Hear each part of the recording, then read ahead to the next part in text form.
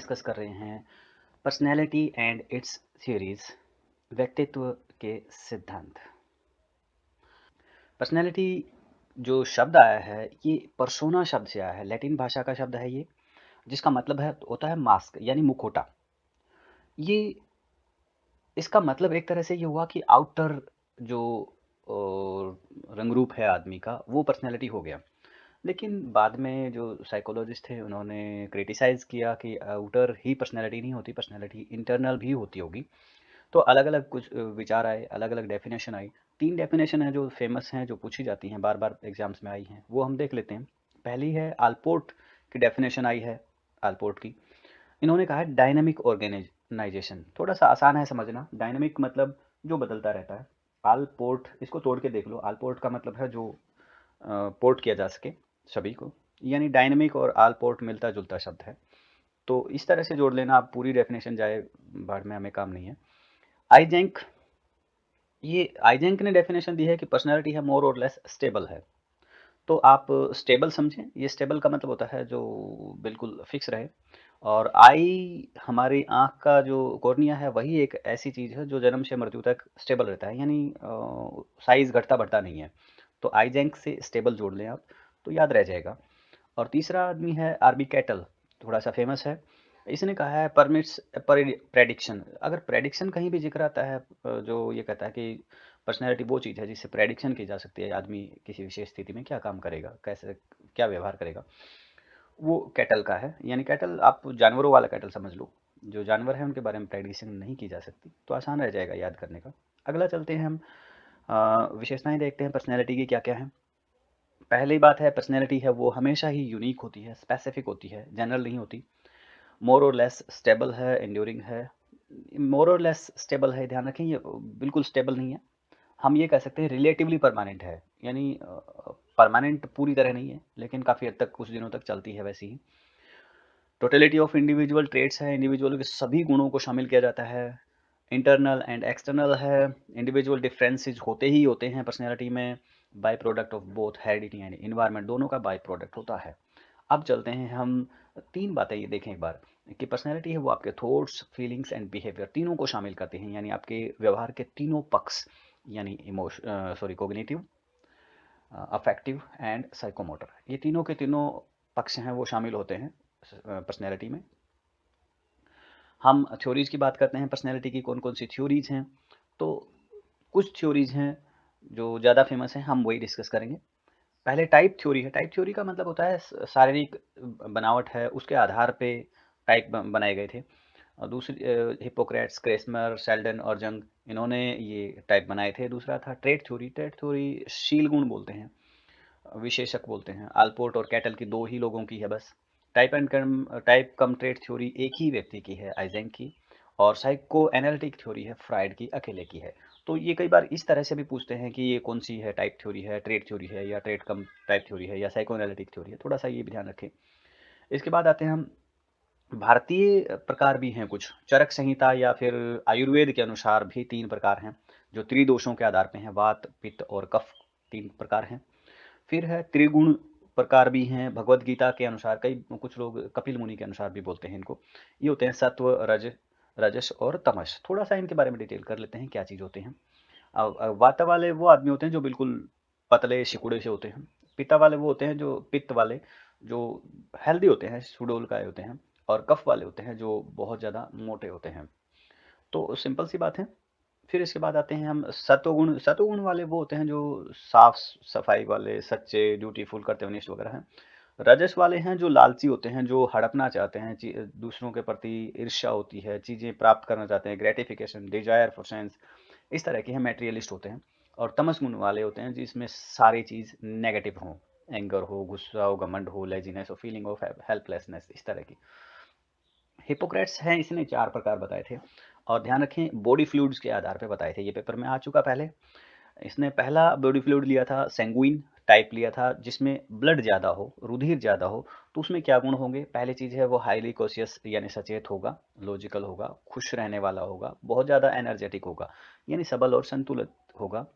Choleric, जिसमें पीला पित्त होता है, ये चुस्त होते हैं लेकिन चिड़चिड़े होते हैं। ये 2 ही बात पूछी जाती है नॉर्मली।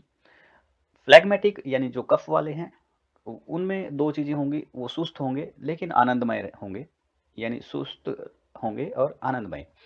और मेलैंकोलिक होते हैं काले पित्त वाले, इनके पास एनर्जी नहीं होती, यानी ये निराशावादी, शक्तिहीन और दुखी होते हैं। थोड़ा सा ध्यान रखें, सैंग्विन जिसके पास ब्लड ज़्यादा है तो वो एनर्जी पूरी होगी, शरीर पूरा सही होगा, संतुलित होंगे। कोलेरिक पीले पित्त वाले चुस्त होते हैं लेकिन चिड़चिड़े, ये पेपर में आ चुका है। फ्लैग्मेटिक सुस्त लेकिन आनंदयुक्त, इसका उल्टा है। और मेलैंकोलिक पूरी तरह नेगेटिव है, ये सैंग्विन का उल्टा है। सेल्डन ने शरीर रचना के आधार पर टाइप दिए थे, आसान सा दिया, एक्टोमॉर्फ, एंडोमॉर्फ और मेसोमॉर्फ। याद रखने का मैं आसान सा तरीका लगाऊं, आप ये सोच लो, शी है इसमें, शी मतलब एक कोई लड़की है जिसके पास रिश्ता आया है। तीन तरह के लड़के थे, एक तो यानी एक तो मतलब हम ये समझें एक जैसा, एका जो 1 डिजिट होती है वो एक जैसा पतला सा। दूसरा है एंडो, अंडे जैसा यानी गोल मटोल। और तीसरा है मेसो, मेरे जैसा यानी हष्ट पुष्ट।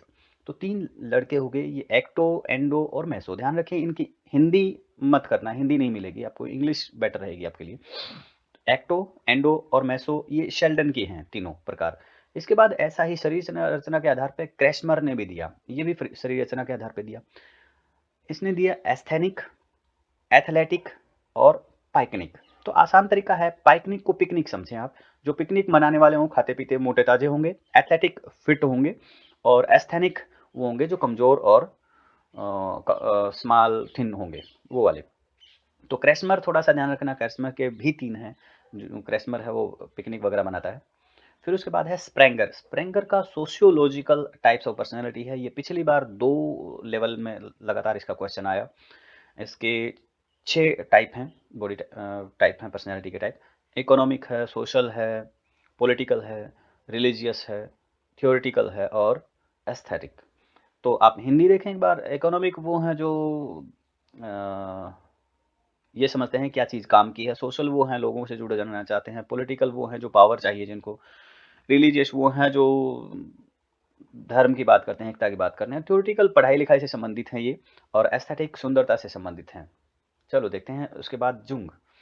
इसको युंग भी बोलते हैं, उच्चारण की कोई खास बात नहीं है। इसने शुरुआत में 2 टाइप दिए, इंट्रोवर्ट और एक्सट्रोवर्ट। इंट्रोवर्ट वो लोग थे जो अपने आप में रहते हैं, दूसरों के साथ शेयर नहीं करते बातें, अकेला रहना पसंद करते हैं। ये इनमें ध्यान रखें, प्रोडक्टिविटी इनमें ज़्यादा होती है, ये क्रिएटिविटी इनमें ज़्यादा होती है, ये आर्टिस्ट होते हैं, कलाकार होते हैं, वो वाले लोग हैं। और एक्सट्रोवर्ट वो होते हैं जो अपनी सभी बातें शेयर करते हैं, बहुत ज़्यादा बोलते हैं, समाज में सामंजस्य इनका होता है अच्छी तरह। हाँ, लेकिन ये इतने प्रोडक्टिव नहीं होते। इसके बाद हैं एम्बीवर्ट, ये तीसरा टाइप दिया, इसका मतलब होता है जिनमें दोनों ही गुण शामिल हों। इसके बाद आते हैं हम, आइजेंक की पैन थ्योरी है। तो नॉर्मली तो सिर्फ यही पूछा जाएगा कि पैन थ्योरी किसकी है, आइजेंक की है, फिर भी मैं बता देता हूँ थोड़ा सा कि क्या मामला है। पहला इसने बताया कि PEN का मतलब है साइकोटिसिज्म, एक्सट्रोवर्जन और न्यूरोटिसिज्म। इसको थोड़ा सा समझें कि न्यूरोटिसिज्म वो हैं जो जिनके इमोशन फ्लैक्चुएट करते हैं, इमोशन पे कंट्रोल नहीं होता। स्टेबिलिटी वो हैं जिनके इमोशन स्टेबल होते हैं। साइकोटिसिज्म वो होते हैं जिसमें बहुत ज़्यादा साइकोटिसिज्म वाले वो होते हैं जिनका इड हावी होता है, जो ग्रेटिफिकेशन चाहिए जिनको, तो असामाजिक होते हैं। और इसका उल्टा होता है ईगो कंट्रोल, यानी ईगो जिस पे कंट्रोल कर ले। एक्सट्रोवर्जन और इंट्रोवर्जन सीधा इन्होंने जुंग से ही लिया था। तो ध्यान रखें, न्यूरोटिसिज्म इमोशनल होते हैं, बहुत ज़्यादा कंट्रोल नहीं होता। साइकोटिसिज्म इड प्रवृत्ति के होते हैं। एक्सट्रोवर्जन आपको पता ही है। इसके बाद चलते हैं हम, ट्रेड थ्योरी हैं, 2 ही टाइप हैं ट्रेड थ्योरी। पहला है आलपोर्ट की ट्रेड थ्योरी है, और कैटल की ट्रेड थ्योरी है। तो कई बार तो यही पूछ लिया जाता है इनमें से ट्रेड थ्योरी किसकी है, तो ये भी थोड़ा सा ध्यान रखें, आलपोर्ट और कैटल की हैं ट्रेड थ्योरी। दोनों का जिक्र कर लेते हैं। पहले आलपोर्ट की ट्रेड थ्योरी है, इसमें 3 बात याद रखने की है, बस बीच वाला कुछ नहीं है, कि 3 टाइप के ट्रेड दिए थे, कार्डिनल, सेंट्रल और सेकेंडरी। इनको डिटेल करने की कोई जरूरत नहीं है, नहीं पूछा जाएगा क्योंकि ये बहुत हैवी पड़ता है। कैटल ने भी ट्रेड थ्योरी दी, इसने 2 तरह के दिए थे, सरफेस ट्रेट और सोर्स ट्रेट। अब 2 तरह के ट्रेट हैं, सरफेस जो ऊपर दिखाई देते हैं, और सोर्स जो जिनकी वजह से वो बनते हैं। तो सोर्स ट्रेट हैं इनके, इसने 16 टाइप बताए थे, यानी 16 सोर्स ट्रेट थे, और उसी के आधार पे इन्होंने एक टेस्ट बनाया 16 PF। 16 PF का मतलब होता है 16 पर्सनैलिटी फैक्टर इन्होंने सोर्स ट्रेट देखे थे, जिसके आधार पे एक टेस्ट बनाया था। तो थोड़ा सा ध्यान रखें, टेस्ट 16 PF पूछा जा सकता है। कैटल ने कौन सा टेस्ट डिजाइन किया ये पूछा जा सकता है। सोर्स ट्रेट और सरफेस ट्रेट किसने पूछे थे, ये कैटल के हैं, ये थोड़े से ध्यान रखना। फिर उसके बाद आते हैं हम फ्राइडमैन और रोजनमैन। ये अब की बार 2017 में पूछा गया था।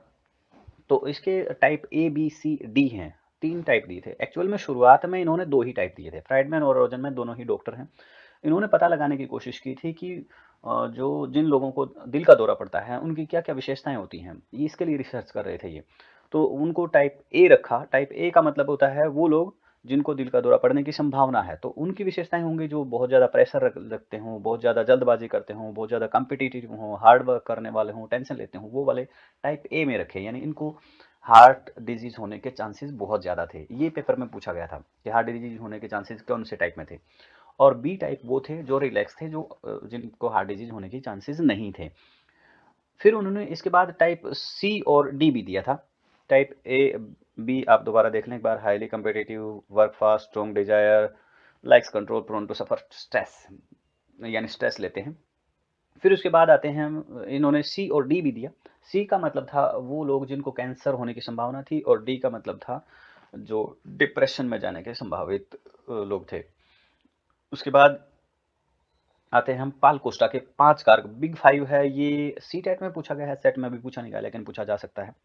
बिग 5 है, आप ओशियन याद रख लेना, OCEN। ओशियन का मतलब है ओपननेस टू एक्सपीरियंस, जो एक्सपीरियंस करने के ओपन है या नहीं है। कॉन्शियंसियस यानी सचेत हैं या नहीं है। एक्स्ट्रावर्जन यानी एक्स्ट्रावर्जन और इंट्रावर्जन का सेम मामला है।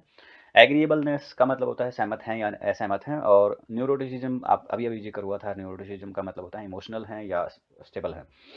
तो ये 5 ओशियन दिया था। पाल कोस्टा के हैं पंच कारक। तो पाल, पंच और ये बिग 5। बिग 5 थोड़ा सा ध्यान रख लेना, बिग 5 बड़ा सा समुंदर। उसके बाद आते हैं हम, एक बहुत बड़ा नाम है पर्सनैलिटी में, क्या कहें, साइकोलॉजी में बहुत बड़ा नाम है, फ्रायड। अब ये फ्रायड के बारे में थोड़ा सा जान लेते हैं। फ्रायड की जो थ्योरी है उसका नाम था psycho analytical theory. Analytical theory, थोड़ा सा ध्यान रखें, साइको एनालिटिकल थ्योरी फ्रायड ने दी थी। हिंदी मत करना, विश्लेषण विश्लेषण है या कुछ इस तरह का है। इसने बताया था कि इंसान में 3 गुण होते हैं, जिन 3 तत्व हैं, और उनका मेल जोल ही उसकी पर्सनैलिटी निर्धारित करती है। अगर किसी एक गुण की अधिकता हो गई तो उस प्रकार की पर्सनैलिटी हो जाएगी, और अगर तीनों बैलेंस में हैं तो बैलेंस पर्सनैलिटी हो जाएगी। चलो देखते हैं कौन से। पहला तत्व बताया कि इड होता है, जो कि जन्म से ही हमें मिलता है, जो कि एनिमल प्रवृत्ति होती है इंसान में, और ये प्लेजर प्रिंसिपल पे काम करती है। प्लेजर का मतलब है संतुष्टि। और यानी जानवरों को जैसे चाहिए कि मुझे ये भोजन करना ही करना है, मुझे ये काम करना ही, अभी आगे रिजल्ट क्या होगा वो नहीं पता चलता। फिर उसके बाद है ईगो, जो रियलिटी प्रिंसिपल पे काम करती है। रियल मैन जो बैलेंस्ड प्रवृत्ति है, ध्यान रखें, बैलेंस करने का काम ईगो करती है। इड है वो एनिमल प्रवृत्ति है, वो डिजायर करती है बस। उसके बाद है सुपर ईगो। सुपर ईगो आदर्शवादी है एक तरह से, जो मोरालिटी एंड सोशल वैल्यूज पे काम करती है। अब इनको थोड़ा सा एक एग्जांपल ले लेते हैं। जैसे मान लो कि आप बाजार में जा रहे हैं, और कोई बच्चा है जिसके पास वो खा रहा है, कुछ रसगुल्ले खा रहा है, और आपका मन किया, तो इड ये कहेगा फटाफट छीन ले और खा ले। लेकिन सुपर ईगो कहेगा नहीं, ये एक अच्छी बात नहीं है, किसी से छीना नहीं जाता, ये नैतिकता नहीं है। तो ईगो क्या करेगा, ईगो दोनों की बात सुनेगा। ईगो एक बैलेंस स्थापित करेगा कि इड है वो भी बार बार आपको स्ट्राइक कर रहा है, और सुपर ईगो है वो भी स्ट्राइक कर रहा है, ये दोनों का झगड़ा है। इड ये कहेगा कुछ ऐसा तरीका निकालेगा कि दोनों ही बैलेंस बन जाए। यानी हो सकता है वो खरीद के खा ले, या फिर हो सकता है उससे दोस्ताना नजरिए से या कोई और तरीके से उससे लेके खा ले।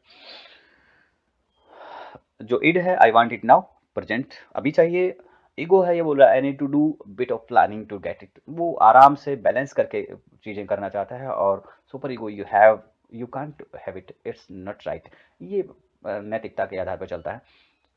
हम देखें, इड है, I want this, this is not way to get, ये नॉर्मल बात है। फिर हम चलते हैं कि इसने अगर कहीं भी जिक्र आए स्वप्न विश्लेषण तो फ्रायड का जिक्र ध्यान रख लेना।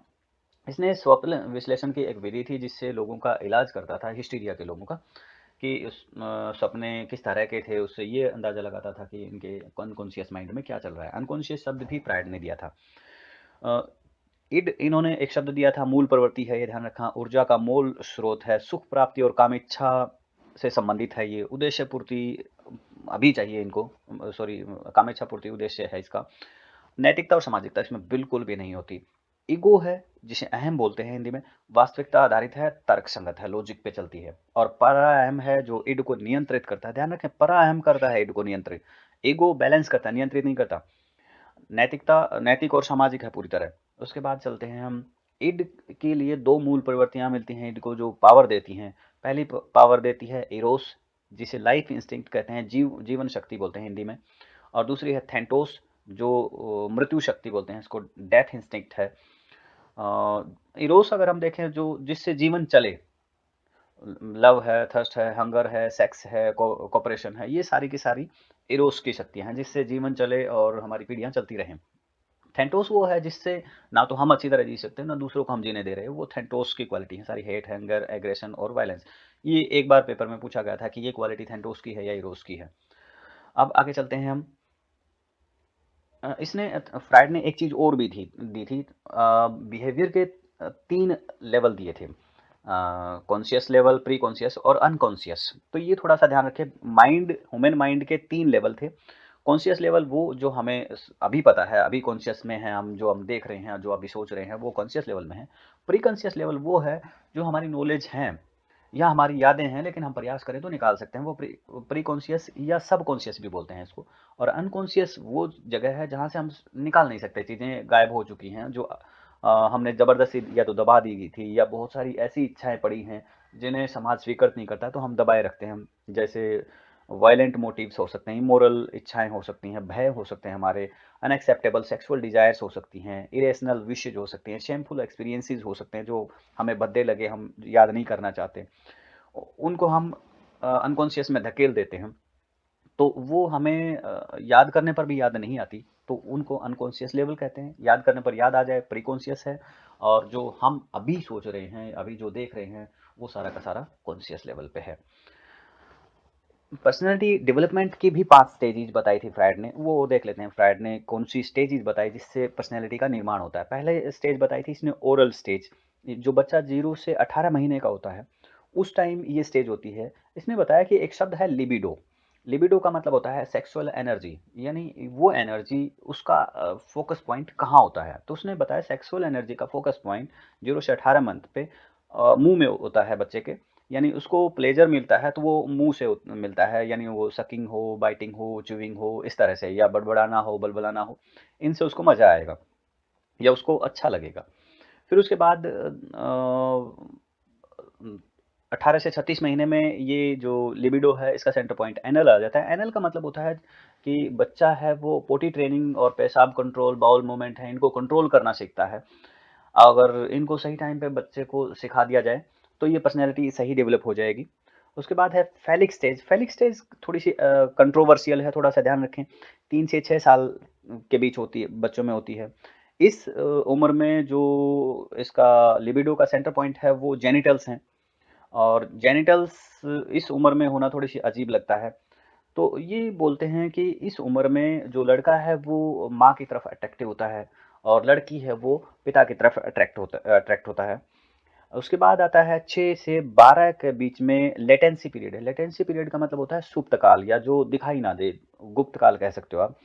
इसमें ये पता नहीं होता कि लिबिडो का सेंटर पॉइंट कहाँ पे है। तो इसको डोरमेंट सेक्सुअल फीलिंग बोलते हैं, कि डोरमेंट है, अभी पता नहीं है, दबी हुई है। उसके बाद आता है जेनिटल, यानी किशोर अवस्था में, यानी पबर्टी के जस्ट बाद किशोर अवस्था आती है, वो जेनिटल्स ही सेंटर पॉइंट है। तो सेक्सुअल इंटरेस्ट वहाँ पे शुरू हो जाते हैं। तो 5 तरह की पर्सनैलिटी बताई। इसने एक चीज़ और बताई कि अगर ये डेवलपमेंट इसी तरह से होता रहे, जैसे मान लो ओरल स्टेज है और ये बच्चे को ये सारे प्लेजर मिल जाते हैं, तो अगली स्टेज का उसमें डेवलपमेंट तक बढ़ जाएगा। अगला भी पूरा हो जाता है तो अगले अगले, इस तरह से पर्सनैलिटी आगे बढ़ती जाएगी। लेकिन अगर ऐसा हो जाए कि मान लो ओरल वाला है, उसकी पूरी नहीं हो पाती, तो एक फिक्सेशन हो जाता है। फिक्सेशन का मतलब है वो बच्चा उसी पर्सनैलिटी का होके रह जाता है। जब वो बड़ा होएगा तो उसमें इसी तरह के गुण होंगे। हो सकता है वो बहुत ज़्यादा बातूनी हो, बहुत ज़्यादा खाने वाला हो, या फिर हो सकता है कोई इस तरह के मुँह से संबंधित ही क्रियाएँ उसकी बहुत ज़्यादा होंगी। अगर एनल में फिक्सेशन हो गया तो इसका मतलब होता है वो साफ-सफाई नहीं रखता, वो फ़िल्थी टाइप का होगा। अगर फ़ैलिक में हो गया तो इसका मतलब होता है सेक्सुअल डिज़ायर्स उसकी ज़्यादा होती हैं अपोज़िट सेक्स के प्रति, और लेटेंसी का भी कुछ नहीं पता। फ्राइड के कुछ महत्वपूर्ण बिंदु हैं वो और देख लेते हैं। एक लिबिडो शब्द है, इसका मतलब सेक्सुअल डिज़ायर है, ध्यान रखें लाइफ़ इंस्टिंक्ट है ये, डेथ इंस्टिंक्ट नहीं है। इस लिबिडो से सेक्सुअल डिज़ायर से हमारी जो जनरेशन है वो आगे बढ़ती है। उसके बाद है ओडिपस कॉम्प्लेक्स, एक शब्द था। ओडिपस एक राजा था जिसने अपनी माँ से शादी कर ली थी अपने पिता की हत्या करके। तो ओडिपस कॉम्प्लेक्स होता है, जो बॉय है वो माँ की तरफ अट्रैक्ट होता है और पिता से नफरत करता है, वो ओडिपस कॉम्प्लेक्स कहलाता है। इलेक्ट्रा कॉम्प्लेक्स इसका उल्टा है, यानी लड़कियां हैं वो अपने पिता से अट्रैक्शन रखती हैं और माता से नफरत करती हैं, वो इलेक्ट्रा कॉम्प्लेक्शन है। और फिक्सेशन शब्द है, इसका मतलब असफल विकास की वह अवस्था जिस पर स्थिरण हो जाता है, यानी कोई भी चरण था, 5 चरण हैं, उनमें से कोई सही डेवलप नहीं हो पाया, तो उसी जगह पे आपकी पर्सनैलिटी फिक्स हो जाएगी और भविष्य में वैसे ही आप रहेंगे। इसके बाद आते हैं हमारा 2-3 चीज़ें और रह गई। एक शब्द है विश्लेषणात्मक मनोविज्ञान, एनालिटिकल साइकोलॉजी। ध्यान रखें साइको एनालिसिस है वो फ्राइड का है, एनालिटिकल साइकोलॉजी है वो कार्ल जुंग ने दी थी। कलेक्टिव अनकॉन्शियस शब्द भी कार्ल जुंग ने दिया था। बस ये 2 ही चीज़ इसके काम की हैं और आपके सेट में काम नहीं आएंगी। एक इंडिविजुअल साइकोलॉजी है या इंफेरियोरिटी कम्प्लेक्शन है, ये 2 शब्द एडलर ने दिए थे। ये भी इसके दोनों के दोनों शिष्य हैं, कार्ल जुंग और एडलर हैं, फ्राइड के शिष्य हैं। तो ये थोड़े से काम के थे, मैं इसलिए साथ में बताता चलूँ।